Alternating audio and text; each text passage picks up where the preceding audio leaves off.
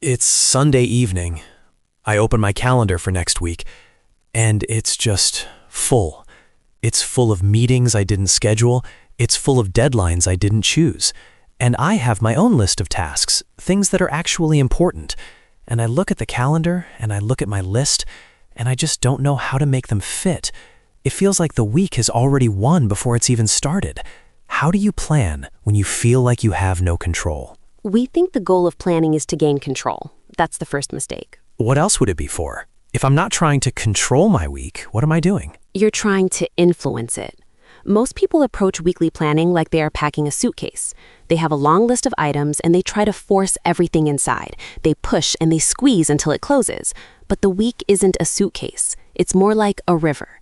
You can't control the current, but you can decide where you put your boat in the water and which direction you point it. Okay, a river. I feel that. My week definitely feels like a current pulling me along. So my to-do list, is that not my boat? It's more like a list of destinations, but a list doesn't get you there. Most professionals have a very good list of destinations. They know what they need to do.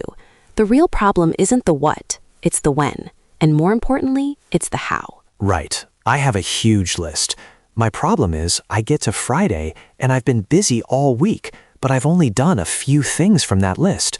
Most of my week was spent on urgent, unplanned things. And how does that feel? It feels like I'm failing, like I'm not working hard enough, or I'm not organized enough. This is the feeling that leads to the biggest mistake in planning.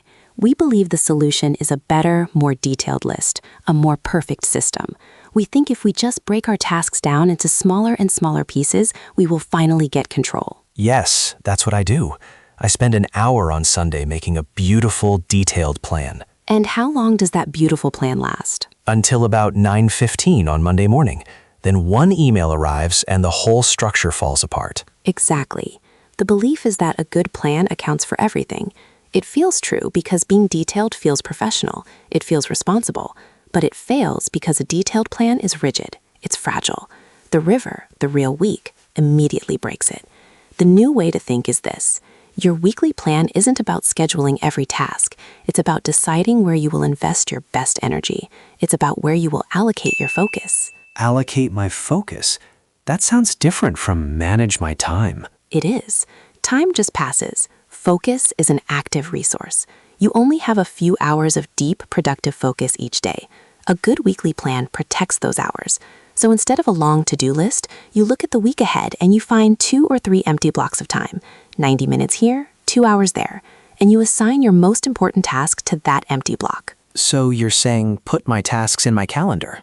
I've tried that. It just becomes another list, but on a different screen. It's not about just moving the list. It's about making a commitment. When you see a meeting in your calendar, you attend it. You don't schedule something else at the same time. You need to treat this block of focus time like a meeting with your most important client, and that client is your own progress. For example, you have a major report due in 2 weeks. Instead of writing work on report on your to-do list, you find a 90-minute slot on Wednesday morning. You book it in your calendar. The title is Write First Draft of Section 1. That is a specific intention. You have allocated that time. Okay, I see. It's a specific action at a specific time. But 90 minutes isn't enough to write the whole report. It doesn't have to be. The goal isn't to finish the report. The goal is to make meaningful progress. This leads to the second common belief that holds people back. We believe we need more time. I do believe that. If I had a 30-hour day, I could get everything done. It feels true because we are all busy. We look at our successful colleagues and we think they must have some secret for finding extra hours in the day. But this belief quietly fails because time is the one resource that is perfectly equal. No one gets more. Trying to find more time is a recipe for burnout. It encourages you to work late, to skip breaks. The new way of thinking is to see time not as something to find, but as something to use. Specifically, to use time as a positive constraint. A positive constraint? A constraint sounds like a bad thing, like a limitation. Think of a poet. A poet writing a sonnet has a strict constraint, 14 lines. A painter with only 3 colors has a constraint.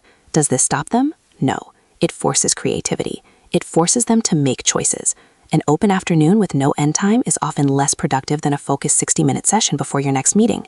The deadline, the constraint, forces you to focus only on the most important actions. So I should give myself less time?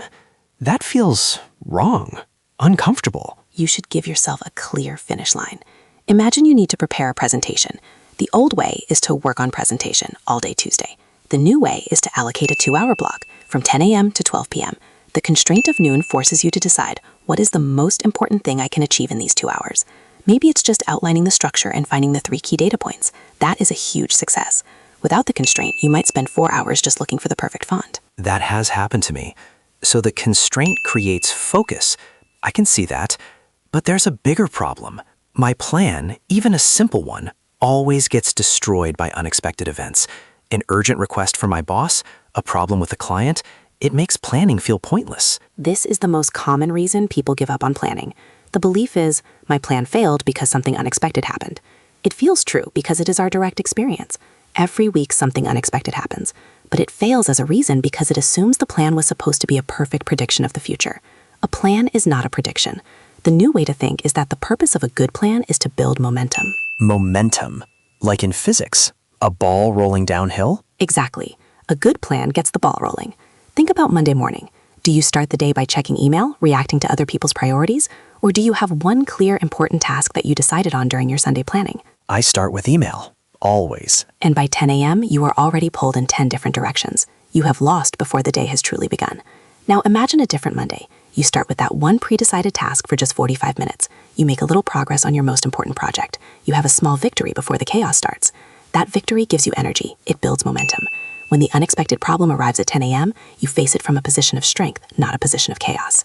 So the plan is just to get 1 or 2 small wins at the start of the week? It's to ensure those wins happen. It creates a powerful forward motion. A week with early momentum feels completely different from a week that starts with reaction and delay. Even if the rest of the week is chaotic, you have already moved your most important projects forward. You are no longer standing still. Okay, this is making sense. But I have to ask, if this approach is so effective, why do so many smart, successful people still feel so overwhelmed? Why are they still working in their inbox all day? It seems like this is a lesson we never learn. Because our work environment rewards being busy. It rewards fast replies to emails. It rewards being available. The feeling of being in control by constantly checking and responding is very powerful, but it's an illusion. The real work, the work that leads to promotions and big achievements, happens during quiet, focused time. And that time never just appears. It must be created and defended. So we are fighting against our own instincts and our workplace culture. Yes, our default behavior is to be reactive. The default for most professionals is open email, see what fires need to be put out. A weekly planning ritual is about designing a better default. When you finish a meeting and have a free 30 minutes, what is your default? Is it to check your phone, or is it to open the document you plan to work on? Your plan sets your new default. And when you have a better default, you make progress automatically. You start to get traction on your goals. Many people have goals. I want to get promoted. I want to launch a new project. But they have no system to connect that big goal to their daily actions. They are spinning their wheels but not moving forward. They have no traction. The weekly plan is the bridge. The goal to get promoted becomes a project to lead a new initiative. That project becomes a task to prepare a proposal. And that task gets a 90-minute block in your calendar on Thursday afternoon. Now the goal is connected to reality. So let me see if I understand the whole system. My old way was to make a huge to-do list on Sunday. The new way is to not focus on the list. Instead, I should look at my calendar for the week. I find a few empty spaces, and I allocate my most important work to those spaces. I treat them like meetings. Precisely. I shouldn't give myself an open afternoon. I should use time as a constraint, like a 2-hour block, to force myself to be decisive and focused. The constraint creates clarity, and the whole point isn't to have a perfect, rigid plan. The point is to create momentum at the start of the week, to get some small wins so that when chaos hits, I'm already moving forward. You've described it perfectly. This means my Sunday planning session isn't about scheduling every hour of my week. It's about making a few high-quality decisions. It's about setting a new default for my week, so I automatically make progress and get traction on things that matter. And how long do you think making those few decisions would take? Before, I would spend an hour or more and feel stressed. With this approach, maybe 20 minutes? Just choosing my 1 or 2 big priorities and finding a home for them in the calendar. Exactly. It's not a heavy, complicated process. It's a light, simple ritual. It feels calmer. My goal isn't to control Monday. It's just to be clear about what matters for the first few hours, to know my first step. And often, knowing your first step is enough to change everything that follows.